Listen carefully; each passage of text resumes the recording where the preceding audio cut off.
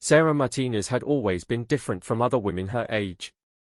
At 28, she stood 5 feet 6 inches tall with a lean, athletic build that came from years of rigorous military training.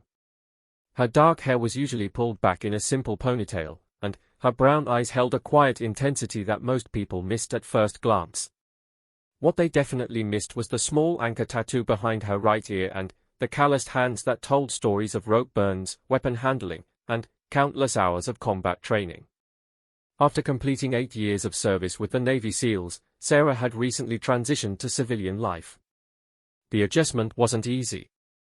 The structured world of military operations had given way to the unpredictable chaos of everyday civilian interactions. She had moved to Portland, Oregon, hoping the Pacific Northwest's outdoor culture would help her find her footing. Sarah worked as a security consultant for tech companies, a job that used some of her skills but felt mundane compared to her previous life protecting national interests in hostile territories. On this particular Tuesday evening in March, Sarah had decided to grab dinner at Murphy's Tavern, a local restaurant known for its comfort food and relaxed atmosphere. She had spent the day reviewing security protocols for a software company and needed to decompress.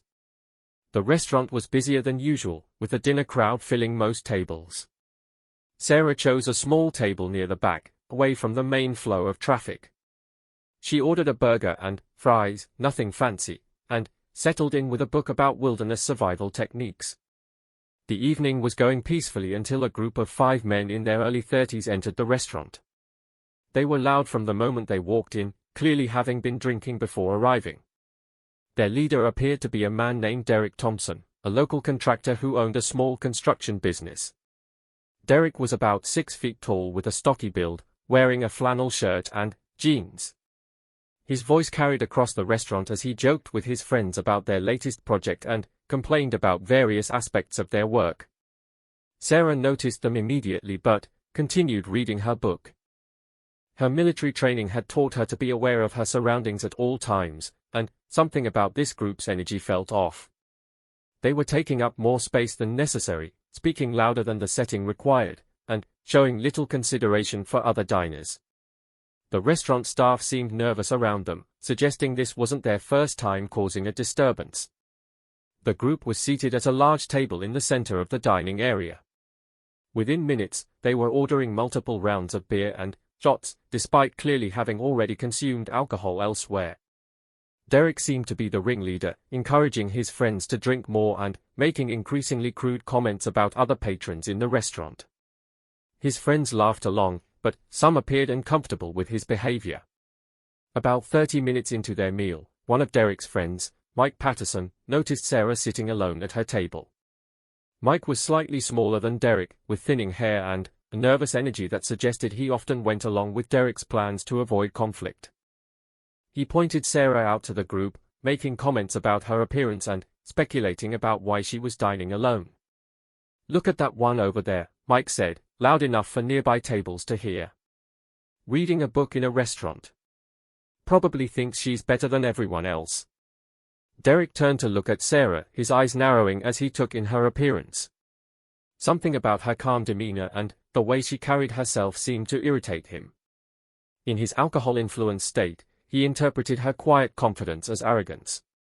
"Yeah, I see her," Derek replied. "Probably one of those feminist types who thinks she knows everything. Bet she's never done a real day's work in her life."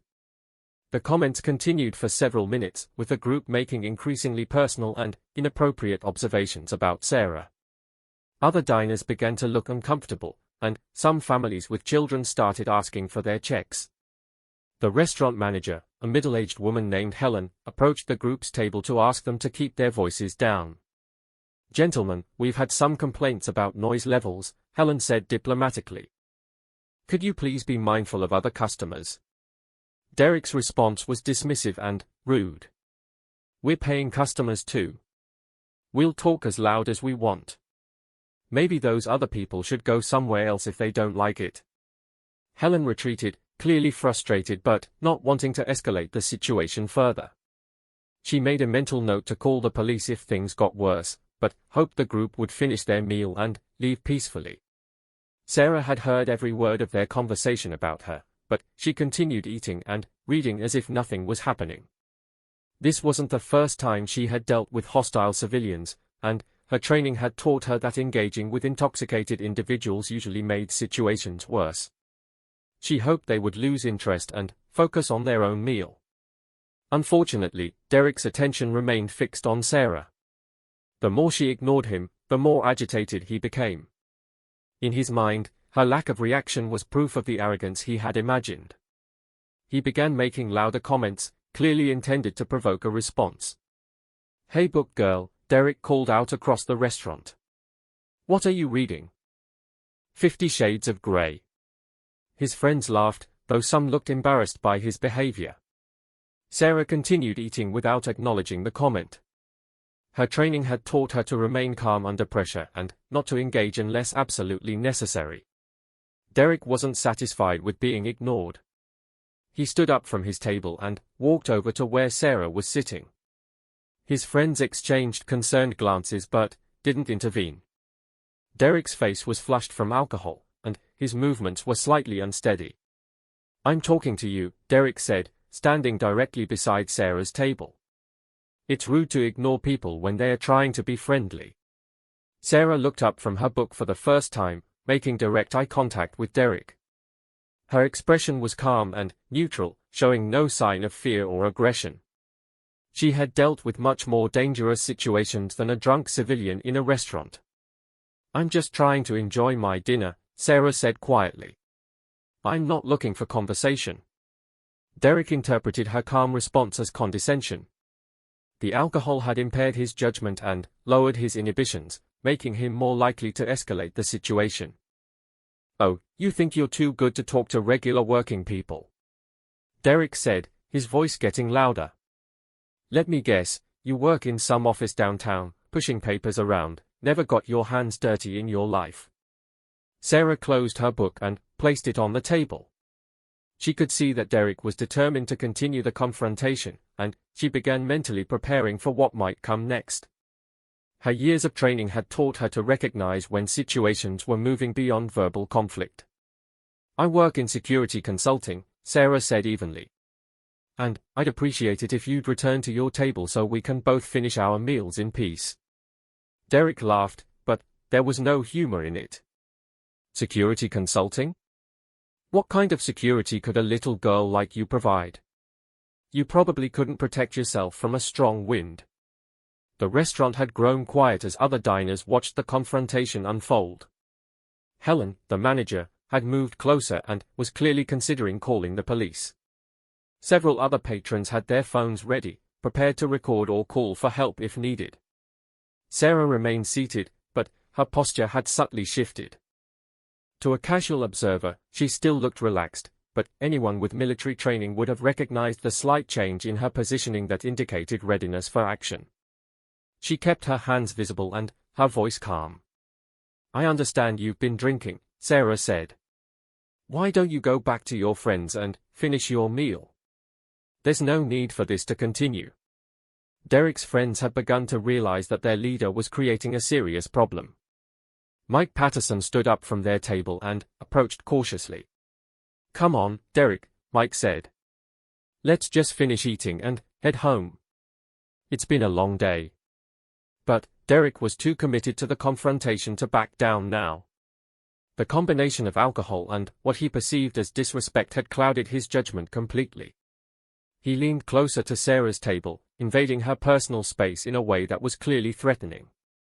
"You know what I think," Derek said. "I think you need someone to teach you some manners. Show you how to talk to people with respect." Sarah's training kicked in automatically. She recognized the signs of escalating aggression and the high probability that Derek would become physical. She also noticed that his positioning gave her several options for defensive action if necessary. But she made one more attempt at de-escalation. "Sir, I'm asking you politely to step back," Sarah said, her voice still calm but with a subtle edge that hinted at her capability. "I don't want any trouble, and I'm sure you don't either." Derek misread her calm demeanor as weakness and fear. In his alcohol-impaired state, he convinced himself that intimidation would make her submissive and apologetic. He had no idea that he was confronting someone who had survived combat operations in some of the world's most dangerous locations. The tension in the restaurant was palpable. Other diners had stopped. Derek's decision to escalate the confrontation came suddenly, and without warning. One moment he was leaning over Sarah's table making threats, and the next moment his right elbow was swinging toward her face in what he intended to be an intimidating gesture that would make her cower. He had used similar tactics before with other people he wanted to dominate, usually finding that the threat of physical violence was enough to make them submit to his will. But Sarah Martinez was not like other people Derek had intimidated in the past. As his elbow moved toward her face, her training took over completely. 8 years of Navy SEAL conditioning had programmed her to respond to threats with precise, calculated action. Her body moved before her conscious mind had fully processed what was happening. Sarah's left hand came up and intercepted Derek's elbow with a blocking motion that redirected his momentum away from her face. Simultaneously, her right hand struck upward, connecting with Derek's wrist in a way that caused immediate sharp pain and forced him to step backward.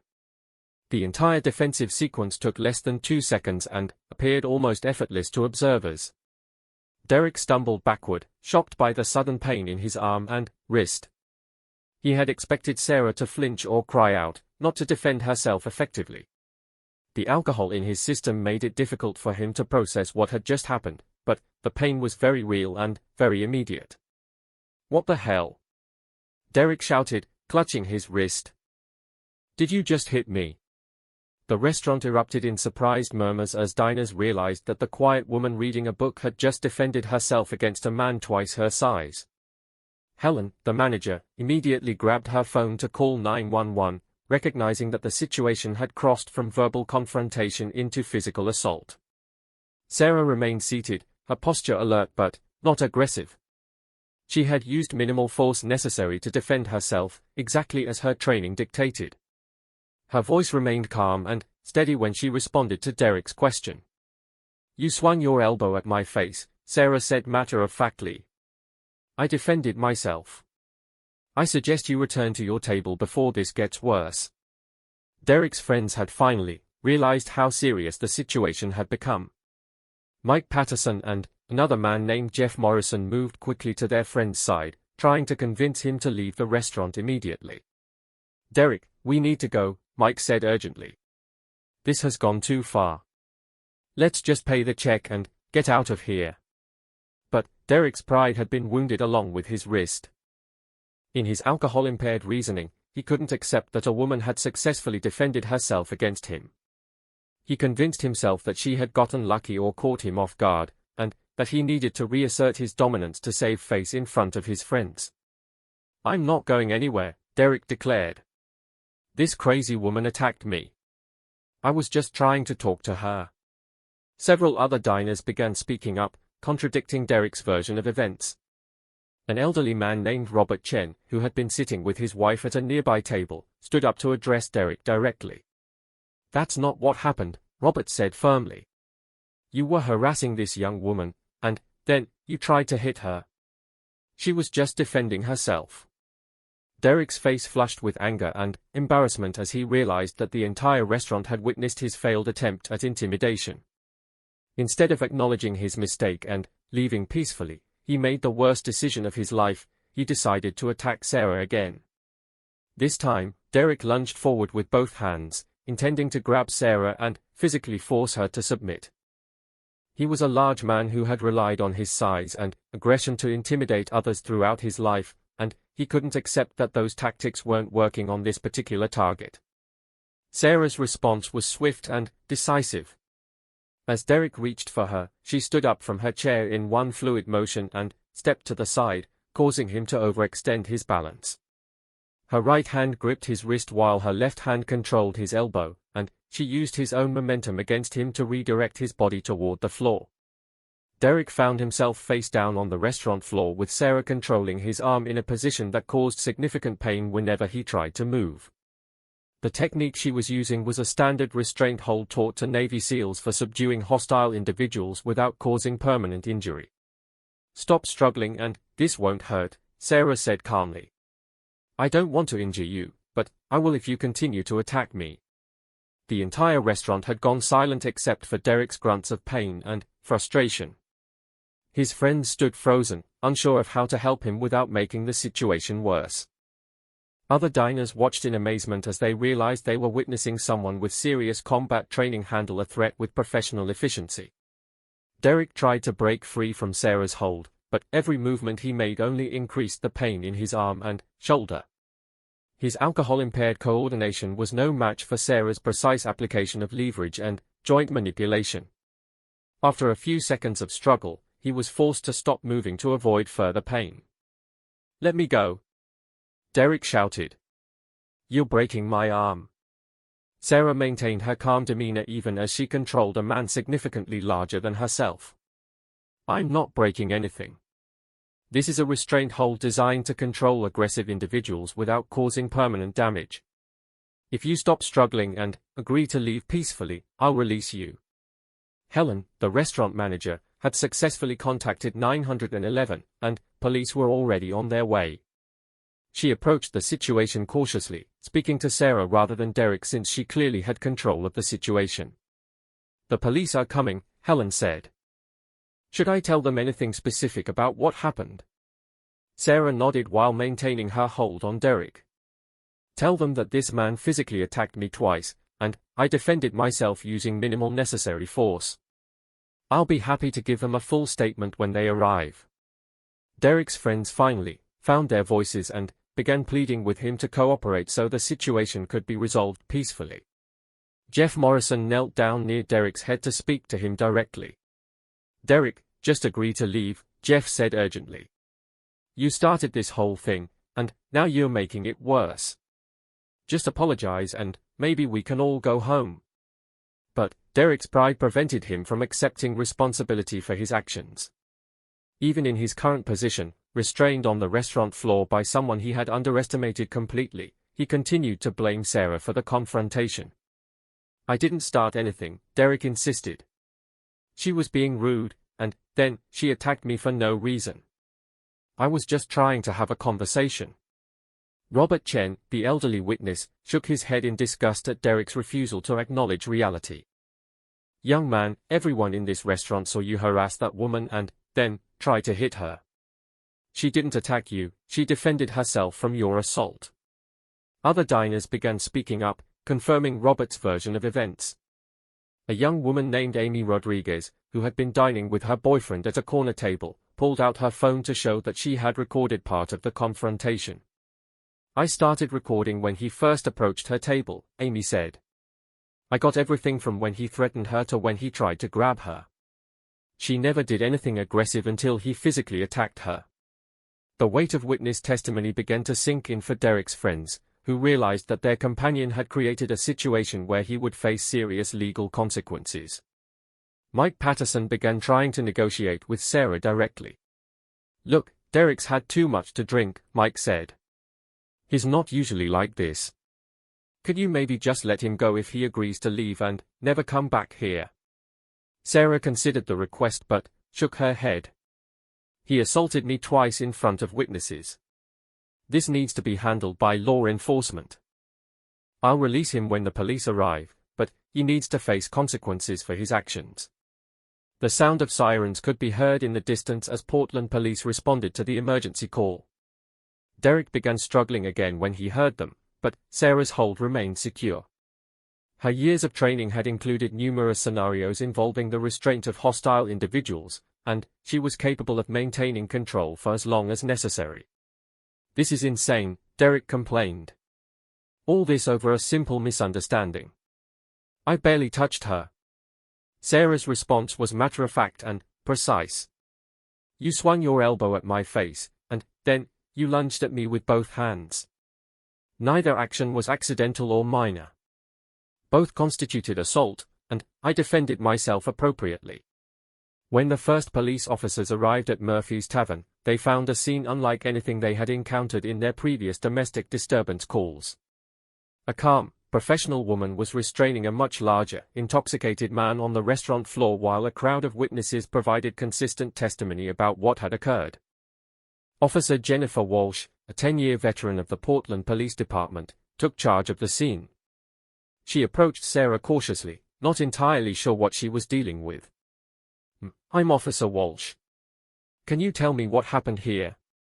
Sarah looked up from her position controlling Derek but maintained her hold. "This man approached my table and began harassing me. When I asked him to leave me alone, he became aggressive and swung his elbow at my face. I defended myself. He then lunged at me again, and I restrained him to prevent further attack. I'm a former Navy SEAL, and I used minimum necessary force to control the situation." Officer Walsh's eyebrows raised slightly at the mention of Navy SEAL training. She had worked with military veterans before and knew they received extensive combat training that would easily enable someone of Sarah's size to control a larger opponent. "Are you willing to release him now that we're here?" Officer Walsh asked. Sarah nodded and carefully released her hold on Derek's arm, stepping back to give the officers room to take control.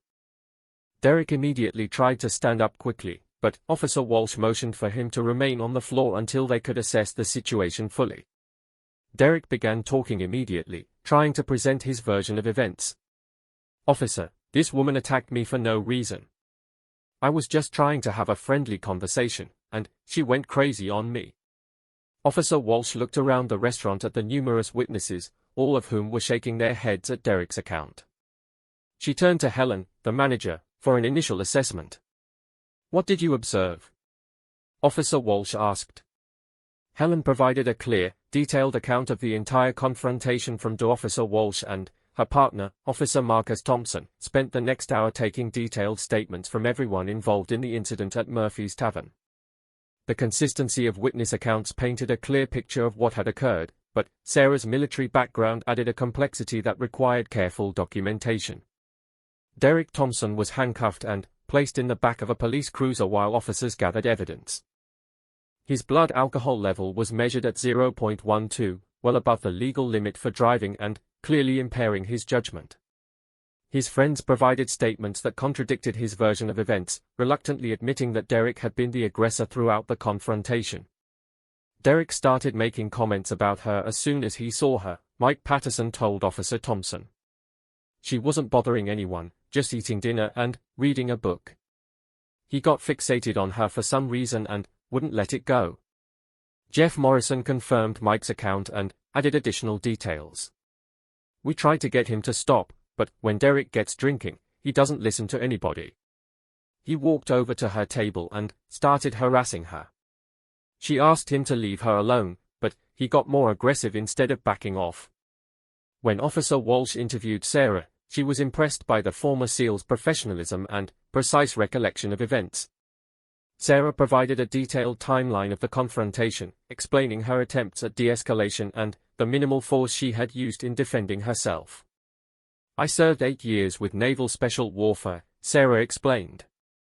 "I completed BUD/S training in Coronado and served on multiple deployments overseas. My training included extensive hand-to-hand combat, defensive tactics, and force escalation protocols. I used only the minimum force necessary to protect myself and neutralize the threat." Officer Walsh had worked with military veterans before, but she had never encountered a female Navy SEAL in a civilian setting. She knew enough about special operations training to understand that Sarah possessed skills far beyond those of average civilians. "Can you walk me through exactly what you did when he attacked you?" Officer Walsh asked. Sarah demonstrated the defensive techniques she had used, moving slowly to show the precise movements without actually applying force. Her explanations were technical and professional, describing leverage points, joint manipulation, and pressure applications with the vocabulary of someone who had received extensive formal training. "When his elbow came toward my face, I used a standard deflection technique to redirect his momentum while striking a pressure point on his wrist," Sarah explained. "When he lunged at me the second time, I used his forward momentum to off-balance him and applied a compliance hold that controlled his movement without causing injury." Amy Rodriguez, the young woman who had recorded part of the incident on her phone, provided the video evidence to officers. The footage clearly showed Derek's aggressive approach to Sarah's table, his threatening posture, and the moment when he swung his elbow toward her face. "I started recording because I could see he was getting aggressive," Amy told Officer Walsh. My boyfriend and I were talking about whether we should call for help when it happened. She moved so fast I almost missed it on the video. The video evidence corroborated all witness statements and provided clear proof that Sarah had acted in self-defense. Derek's attack was unprovoked and deliberate, while Sarah's response was defensive and proportional to the threat she faced. Dr. Elena Vasquez, an emergency room physician who happened to be dining at the restaurant with her family, had observed the entire incident from a medical perspective. She approached Officer Walsh to provide additional context about the restraint technique Sarah had used. "I watched the whole thing," Dr. Vasquez said. "That woman knew exactly what she was doing. The hold she used was designed to control without causing injury. A lot of people would have panicked and used excessive force, but her response was textbook perfect for neutralizing a threat." As officers continued their investigation, Derek's behavior in the police cruiser became increasingly erratic. He alternated between claiming he was the victim and making threats about what would happen when he got out. His comments were recorded by the cruiser's audio system and would later be used as evidence of his hostile intent. "This is ridiculous," Derek shouted from the back seat. "I barely touched her, and she attacked me like some kind of psycho. When I get out of here, I'm going to sue her and this whole restaurant. Nobody treats Derek Thompson like this." Officer Thompson documented Derek's statements, noting that even after being arrested, the suspect showed no remorse for his actions and continued to threaten the victim. This behavior would later influence the prosecutor's decision about what charges to file. Meanwhile, Helen, the restaurant manager, was dealing with the aftermath of the incident. Several customers had left without paying their checks, traumatized by witnessing the confrontation. Other diners were eager to provide statements supporting Sarah's actions and expressing admiration for how she had handled the situation. "I've been managing restaurants for 15 years, Helen told Officer Walsh. "I've seen a lot of difficult situations, but I've never seen someone handle a threat so professionally. That woman saved everyone in here from what could have been a much worse situation." Robert Chen, the elderly witness who had spoken up during the confrontation, approached Sarah as officers were wrapping up their investigation. His wife, Margaret, accompanied him, and both wanted to express their gratitude for her actions. "Young lady, you handled that beautifully," Robert said. "My wife and I are both retired teachers, and we've seen our share of bullies over the years. That man needed to be stopped, and you did it without anyone getting seriously hurt." Margaret Chen nodded in agreement. "We were scared when he started threatening you, but the way you stayed calm and defended yourself was inspiring. You should be proud of your service and your training." Sarah was touched by their words but remained modest about her actions. "I was just defending myself. Anyone would have done the same thing." But Robert shook his head firmly. "No, not anyone could have done what you did. Most people would have either been seriously hurt or would have used more force than necessary and caused more damage. Your training showed, and it probably saved that man from getting hurt worse than he deserved." As the investigation concluded, Officer Walsh explained to Sarah what would happen next in the legal process. Derek would be charged with assault in the 4th degree, harassment, and disorderly conduct. His high blood alcohol level and the presence of numerous witnesses made the case straightforward from a prosecutor's perspective.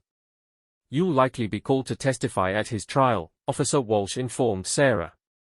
"But, based on the evidence we have, including the video recording and witness statements, this should be a pretty clear-cut case of self-defense on your part." Sarah nodded, familiar with legal procedures from her military service. "I understand. I'll cooperate fully with the prosecution if charges are filed." Derek's friends lingered outside the restaurant, unsure of how to proceed. They had driven to Murphy's Tavern together, but Derek was now in custody and would not be released until he sobered up and appeared before a judge. Mike Patterson and Jeff Morrison discussed whether they should try to help their friend or distance themselves from his actions. "I don't know what got into Derek tonight," Mike said to Jeff as they waited by their vehicles. "He's always been kind of aggressive when he drinks, but I've never seen him attack a stranger like that." Jeff shook his head, still processing what they had witnessed. "Did you see how fast she moved when he tried to hit her? It was like watching a movie.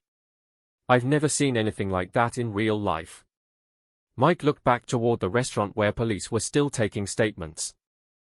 Derek has no idea what he just stepped into. That woman is obviously trained for combat. He picked the worst possible person to mess with. Inside the restaurant, Sarah was finally able to finish giving her statement to police. The adrenaline from the confrontation had worn off, and she was feeling drained from the entire experience. All she had wanted was a quiet dinner and some time to read, but instead she had been forced to use her military training in a civilian setting. Officer Walsh returned Sarah's identification and thanked her for her cooperation. "Is there anything else you need from us tonight? Do you need a ride home or any medical attention?" Sarah declined both offers. "I'm fine, thank you. I just want to go home and put this behind me." As police began clearing the scene, Helen approached Sarah with her dinner check. "Your meal is on the house tonight," Helen said. "I'm sorry this happened in our restaurant. You handled an impossible situation with incredible professionalism." Sarah tried to protest, but Helen insisted.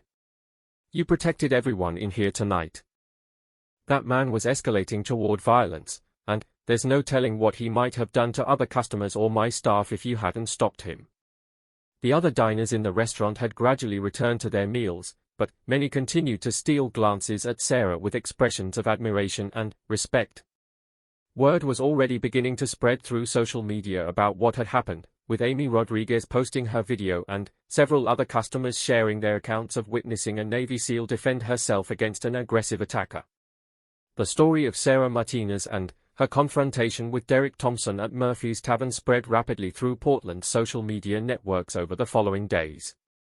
Amy Rodriguez's video of the incident was shared thousands of times, accompanied by witness accounts that painted a clear picture of a Navy SEAL defending herself against an unprovoked attack. Derek Thompson spent the night in custody and appeared before Judge Patricia Harrison the following morning for his arraignment. His lawyer, David Brennan, had reviewed the police reports and video evidence before meeting with his client. The legal situation was not favorable for Derek. "Mr. Thompson, I'm going to be direct with you," Brennan told Derek in the courthouse conference room. "You assaulted a former Navy SEAL in front of multiple witnesses, and there's video evidence of your attack. The prosecution has an airtight case against you." Derek was still struggling to accept the reality of his situation. The previous night's alcohol had worn off, leaving him with a hangover and a clearer understanding of what had occurred, but his pride prevented him from taking full responsibility for his actions. "I wasn't trying to hurt her," Derek insisted. "I was just trying to get her attention. She overreacted and used some kind of military moves on me. Shouldn't there be limits on how much force she could use?" Brennan shook his head. "Oregon law is very clear about self-defense. A person has the right to use reasonable force to defend themselves against an attacker. The fact that Ms. Martinez had military training doesn't change her right to defend herself, and, by all accounts, she used minimal force necessary to neutralize the threat you presented." The arraignment proceeding was straightforward. Judge Harrison read the charges against Derek: assault in the fourth degree, harassment, and disorderly conduct. Derek pleaded not guilty on advice of his counsel, and bail was set at $5,000. His construction business would be affected by the criminal charges, as several of his clients had already seen news reports about the incident. Sarah Martinez, meanwhile, was dealing with unexpected attention from the incident. Local news stations had picked up the story of a Navy SEAL defending herself in a restaurant, and reporters were trying to reach her for interviews. Sarah declined all media requests, preferring to let the legal system handle the matter without public commentary. Her employer, Quantum Security Solutions, was supportive of her actions and impressed by how she had handled the situation. The company's founder, retired Army Colonel James Mitchell, called Sarah into his office the day after the incident to discuss what had occurred. "Sarah, I've read the police reports and seen the news coverage," Colonel Mitchell said. "You represented yourself and our company with exceptional professionalism. Using minimal force to defend yourself while protecting civilians around you is exactly what I'd expect from someone with your background." Sarah appreciated the support but was concerned about unwanted attention. "I'm hoping this dies down quickly. I just want to do my job and move on with my life. Colonel Mitchell nodded understandingly. Unfortunately, stories like this tend to have legs in today's media environment. But I want you to know that you have our full support, and if you need any assistance dealing with the legal proceedings, the company will provide whatever help you need. The incident had also caught the attention of Derek's employer relationships. Thompson Construction had contracts with several major clients in the Portland area, and news of Derek's arrest was affecting his business reputation. 2 clients called to express concerns about having someone with assault charges representing their projects. Maria Santos, the facilities manager for one of Derek's largest clients, called him directly after seeing the news reports. "Derek, we need to talk about your contract with our company. We can't have someone facing assault charges working on our properties." Derek tried to downplay the significance of the charges. "Maria, this whole thing is blown out of proportion. It was just a misunderstanding at a restaurant. I'm going to fight these charges and get them dismissed." But Maria had watched the video evidence and read witness accounts. "Derek, you attacked a woman who was eating dinner alone. There's video of you swinging at her face. This isn't a misunderstanding, it's assault. We're going to have to suspend your contract pending resolution of these charges." Similar conversations occurred with other clients throughout the week. Derek's reputation in the construction industry, built over years of work, was being damaged by a single night of poor decisions and alcohol-fueled aggression. Meanwhile, Sarah was learning more about the legal process from Deputy District Attorney Rebecca Foster, who had been assigned to prosecute Derek's case. Foster had reviewed all the evidence and was confident about securing a conviction. "Ms. Martinez, this is one of the clearest self-defense cases I've seen," Foster told Sarah during their pre-trial meeting. "Your actions were completely justified, and the evidence supports that conclusion overwhelmingly." Sarah asked about the potential outcomes for Derek. "What kind of sentence is he likely to face if convicted?" Foster explained Oregon's sentencing guidelines for assault charges. Assault in the 4th degree is a Class C misdemeanor, punishable by up to 30 days in jail and a fine of up to $1,250. Given his lack of prior convictions and the circumstances, he'll probably receive probation, community service, and mandatory anger management counseling. The legal proceedings provided time for both Sarah and Derek to reflect on the incident and its broader implications. For Sarah, it was a reminder that her military training would always be part of who she was, even in civilian life. For Derek, it was the beginning of a difficult process of facing consequences for actions he had never fully considered. Dr. Michael Torres, a psychologist specializing in anger management and alcohol-related behavioral issues, was contacted by Derek's lawyer to evaluate his client's mental state and provide recommendations for treatment. After interviewing Derek and reviewing the incident details, Dr. Torres provided a sobering assessment. "Mr. Thompson displays classic signs of alcohol-exacerbated aggression combined with entitlement issues," Dr. Torres wrote in his report. His inability to accept responsibility for his actions, combined with his history of using intimidation tactics, suggests a pattern of behavior that requires intervention. Derek's friends, Mike Patterson and Jeff Morrison, were also dealing with the aftermath of the incident. Both men had been questioned by police and had provided statements that contradicted Derek's version of events.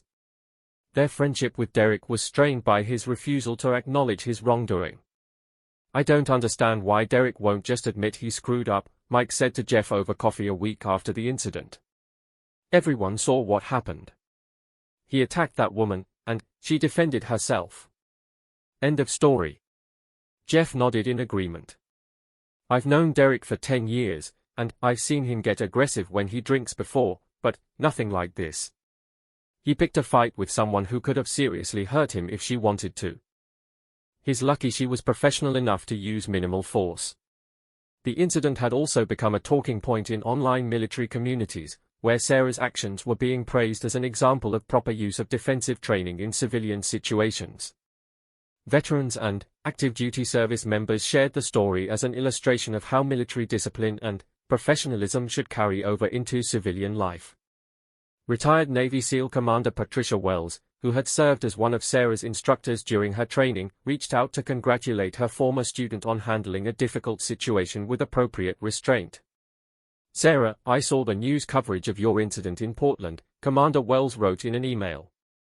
"Your response was textbook perfect for civilian self-defense. You used minimal necessary force, protected yourself and others, and maintained composure throughout. You're a credit to your training and your service." Sarah was grateful for the support from her former commander and colleagues, but she remained focused on moving forward with her civilian life. The attention from the incident was beginning to fade, and she hoped to return to her normal routine without further disruption. 6 weeks after the incident at Murphy's Tavern, Derek Thompson's trial began in Multnomah County Circuit Court. Judge Patricia Harrison presided over the proceedings, with Deputy District Attorney Rebecca Foster representing the state and Defense Attorney David Brennan representing Derek.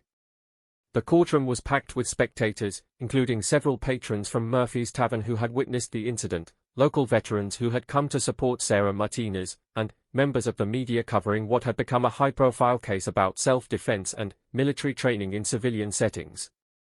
Derek had lost considerable weight during the weeks leading up to his trial. The stress of potential criminal conviction, combined with the loss of several major contracts for his construction business, had taken a visible toll on his health and appearance. His friends Mike Patterson and Jeff Morrison had distanced themselves from him after he continued to blame Sarah for the entire incident. Deputy District Attorney Foster's opening statement was clear and direct. She outlined the timeline of events at Murphy's Tavern, emphasizing Derek's role as the aggressor and Sarah's appropriate use of defensive force. "Ladies and gentlemen of the jury, this case is about a man who chose to attack a woman who was quietly eating dinner alone," Foster told the jury. The defendant, Derek Thompson, approached the victim's table uninvited, began harassing her, ignored her requests to be left alone, and then physically assaulted her not once, but twice. The victim, Sarah Martinez, defended herself using minimal necessary force to protect herself from further attack. Defense Attorney Brennan's opening statement attempted to portray Derek as the victim of excessive force by someone with military training. "My client made some poor decisions that night after consuming alcohol, but he never intended to seriously harm anyone. The question you must consider is whether Ms. Martinez's response was reasonable given her extensive combat training and physical capabilities." The prosecution's first witness was Helen Morrison, the restaurant manager who had called 911 during the incident. Helen testified about Derek's disruptive behavior from the moment his group entered the restaurant, his harassment of other customers, and the escalating confrontation with Sarah. The defendant was clearly intoxicated and becoming increasingly aggressive, Helen testified. He made inappropriate comments about Ms. Martinez loud enough for other customers to hear, and when she asked him to leave her alone, he became more hostile rather than backing down. Under cross-examination, Brennan tried to suggest that the restaurant staff should have intervened earlier to prevent the confrontation. "Didn't you have a responsibility to protect all your customers, including my client, from potentially dangerous individuals?" Helen's response was firm and clear. Ms. Martinez wasn't dangerous to anyone. She was sitting quietly reading a book. Your client was the one causing problems from the moment he arrived. We don't typically expect customers eating dinner to be attacked by other patrons. The prosecution's most compelling witness was Amy Rodriguez, the young woman who had recorded the incident on her phone. The video evidence was played for the jury, showing Derek's approach to Sarah's table, his threatening posture, and the moment when he swung his elbow toward her face. "I started recording because I could see the situation was getting dangerous," Amy testified. The defendant was clearly agitated and aggressive, and the woman was trying to de-escalate by asking him to leave her alone. When he swung at her face, she reacted so quickly I almost missed it on the video.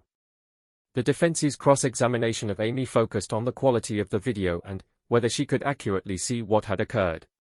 But the footage was clear enough to show Derek's aggressive actions and Sarah's defensive response, making Brennan's questions appear desperate rather than effective.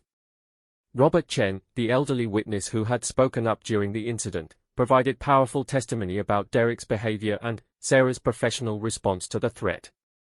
His wife Margaret accompanied him to court and nodded in agreement throughout his testimony. I've been around long enough to recognize a bully when I see one, Robert testified. The defendant was trying to intimidate that young woman, and, when she wouldn't be intimidated, he became violent. Her response was remarkable in its precision and restraint. She could have seriously injured him if she had wanted to, but she only used enough force to protect herself. Dr. Elena Vasquez, the emergency room physician who had witnessed the incident, provided expert testimony about Sarah's defensive techniques. As a medical professional, I was impressed by the restraint Ms. Martinez showed. The holds she used were designed to control without causing injury. Most people facing an attacker would have either been seriously hurt or would have responded with excessive force that could have caused permanent damage. Sarah Martinez took the stand on the second day of the trial. She testified calmly and professionally about her military background, her attempts to de-escalate the confrontation, and her decision to use defensive force when Derek attacked her. I served 8 years with Naval Special Warfare, Sarah testified. My training included extensive instruction in defensive tactics, force escalation, and threat assessment. When the defendant approached my table and began harassing me, I attempted to de-escalate the situation by asking him politely to leave me alone. Sarah described the moment when Derek swung his elbow at her face. Based on my training and experience, I recognized that he was escalating to physical violence. His body language, positioning, and aggressive movement indicated an imminent attack. I used a standard defensive technique to protect myself and neutralize the immediate threat. Under cross-examination, Brennan tried to suggest that Sarah had used excessive force given her training and capabilities. Ms. Martinez, given your extensive combat training, couldn't you have simply moved away from my client rather than engaging in physical confrontation? Sarah's response demonstrated her thorough understanding of defensive tactics and legal principles. Mr. Brennan, I was seated at a table with limited mobility, and your client was positioned to block my exit route. Moving away wasn't an option given the circumstances. Additionally, I had the right to defend myself when attacked, regardless of my training background. Brennan pressed further.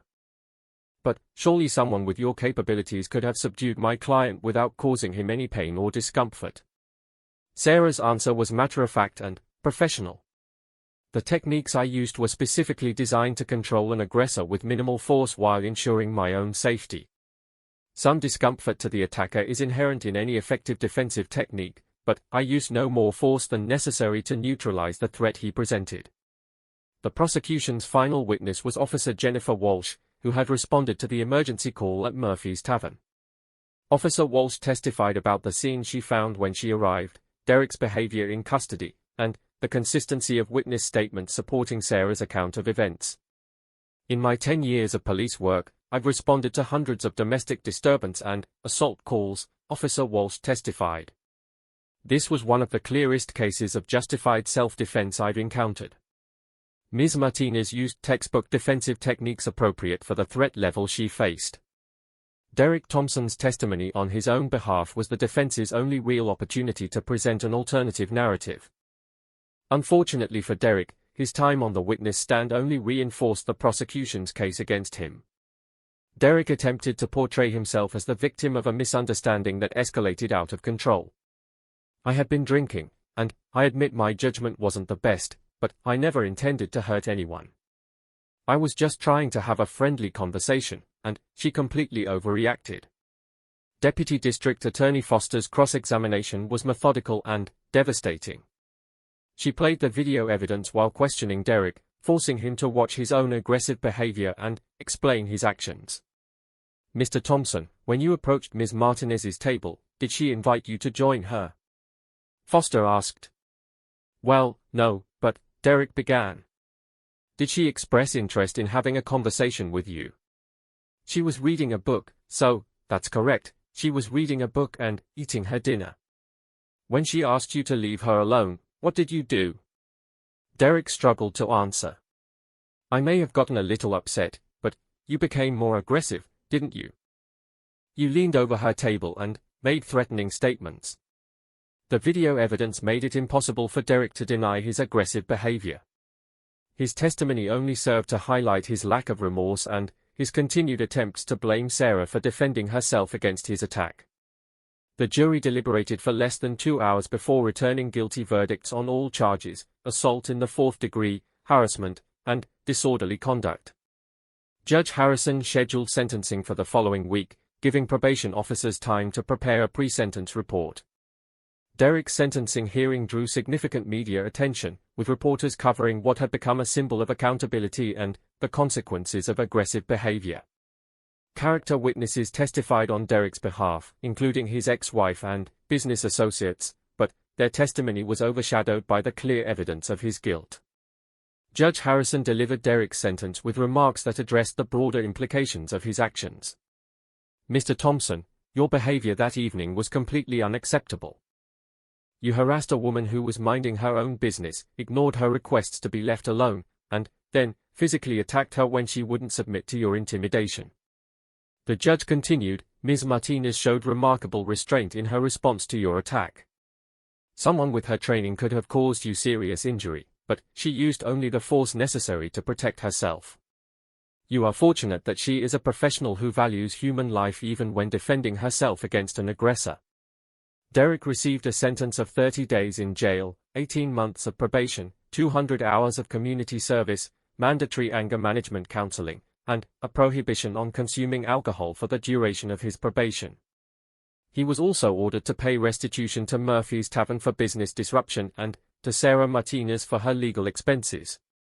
Sarah Martinez chose not to provide a victim impact statement, preferring to let the legal system handle Derek's punishment without additional commentary from her. After the sentencing, she spoke briefly with reporters outside the courthouse. "I hope Mr. Thompson learns from this experience and gets the help he needs," Sarah said. "I never wanted anyone to be hurt, including him. I just wanted to defend myself when I was attacked." The incident at Murphy's Tavern and Derek Thompson's subsequent trial became a widely discussed case study in military communities, self-defense training programs, and legal education courses. Sarah Martinez's professional response to an unprovoked attack demonstrated the importance of proper training and the value of restraint even when facing aggression. Derek Thompson served his full 30-day sentence and completed his probation requirements, including anger management counseling and community service. His construction business never fully recovered from the negative publicity, and he eventually moved to another state to start over. The incident remained a permanent reminder of how one night of poor decisions can change a person's life forever. Sarah Martinez continued her work in security consulting and eventually started her own company specializing in personal protection training for civilians. She became an advocate for proper self-defense education and frequently spoke about the importance of de-escalation techniques and appropriate force response. The story of their confrontation served as a powerful reminder that respect for others, regardless of their appearance or perceived capabilities, is fundamental to a civilized society. It also demonstrated that when respect fails and aggression emerges, proper training and professional response can protect innocent people while minimizing harm to everyone involved, even the aggressor. Years later, both Sarah and Derek would reflect on that evening at Murphy's Tavern as a defining moment in their lives, though they would draw very different lessons from the experience. Derek Thompson's trial was scheduled for 6 weeks after his arrest, giving both sides time to prepare their cases. Derek's lawyer continued to advise him to consider a plea agreement rather than risk a trial, but Derek remained convinced that he could somehow avoid conviction by portraying himself as the victim. "The jury will see that she used excessive force," Derek told his lawyer during one of their meetings. "Normal people don't react that way to a simple confrontation. She escalated the situation with her military training." Brennan tried once more to explain the legal reality to his client. "Derek, she didn't escalate anything. You attacked her twice, and she defended herself. The law is very clear that people have the right to use their skills and training to protect themselves from assault. Her military background doesn't diminish her right to self-defense." As the trial date approached, both Sarah and Derek were preparing for very different outcomes. Sarah was ready to testify about her actions and explain why her response was appropriate and necessary. Derek was still hoping to avoid responsibility for his choices and the consequences they had created. The incident at Murphy's Tavern had become more than just a simple assault case. It was a story about respect, accountability, and the importance of treating all people with dignity regardless of their appearance or perceived vulnerability. Sarah Martinez had demonstrated that strength comes in many forms, and Derek Thompson was about to learn that actions always have consequences, especially when those actions involve attacking someone you've seriously underestimated. As Sarah finally left Murphy's Tavern and drove home to her apartment, she reflected on how quickly a routine evening had turned into a situation requiring her military skills. She had hoped that transitioning to civilian life would mean leaving combat behind, but sometimes the training never really leaves you. Derek Thompson, meanwhile, was spending the night in a holding cell, slowly sobering up and beginning to realize the serious consequences of his actions. He had attacked a Navy SEAL in front of witnesses, been subdued without causing injury to anyone, and now faced criminal charges that could affect his business and personal life for years to come. The incident at Murphy's Tavern was just the beginning of a legal process that would ultimately teach Derek a harsh lesson about respect, consequences, and the danger of making assumptions about people based on their appearance. Sarah Martinez had tried to avoid conflict, but when forced to defend herself, she had demonstrated exactly why Navy SEAL training produces some of the world's most capable warriors. Rex Group's arrival through the physical altercation. Her testimony was supported by multiple witness statements that painted a consistent picture of Derek as the aggressor and Sarah as someone who had defended herself only after being directly attacked. As more officers arrived and began taking formal statements from witnesses, Derek's situation became increasingly clear. He had committed assault in front of numerous witnesses, had been defended against using reasonable force, and now faced potential criminal charges for his actions. The evening that had started as a simple dinner out was about to become a life-changing experience for Derek Thompson, and a powerful reminder for everyone present that appearances can be very deceiving when it comes to a person's capabilities and training. In to watch what was happening, and several had moved their children away from the area. Helen had her phone in her hand, ready to call 911 at the first sign of physical violence. Derek's friends looked increasingly uncomfortable, but none of them were prepared to physically intervene against their friend. What happened next would change everyone's understanding of who they were really dealing with. Sarah Martinez wasn't just another civilian trying to enjoy a quiet dinner. She was a highly trained Navy SEAL who had completed some of the military's most challenging programs and served in combat zones where split-second decisions meant the difference between life and death. The confrontation was about to escalate in a way that Derek Thompson could never have imagined, and the consequences would extend far beyond this single evening in a Portland restaurant. Sarah had hoped to avoid conflict, but her training had also taught her that sometimes defensive action became necessary to prevent a situation from becoming much worse. As Derek continued to lean over her table, his body language becoming increasingly aggressive, Sarah made a decision that would demonstrate exactly why you should never underestimate someone based on appearances, and why picking a fight with a Navy SEAL is always a mistake.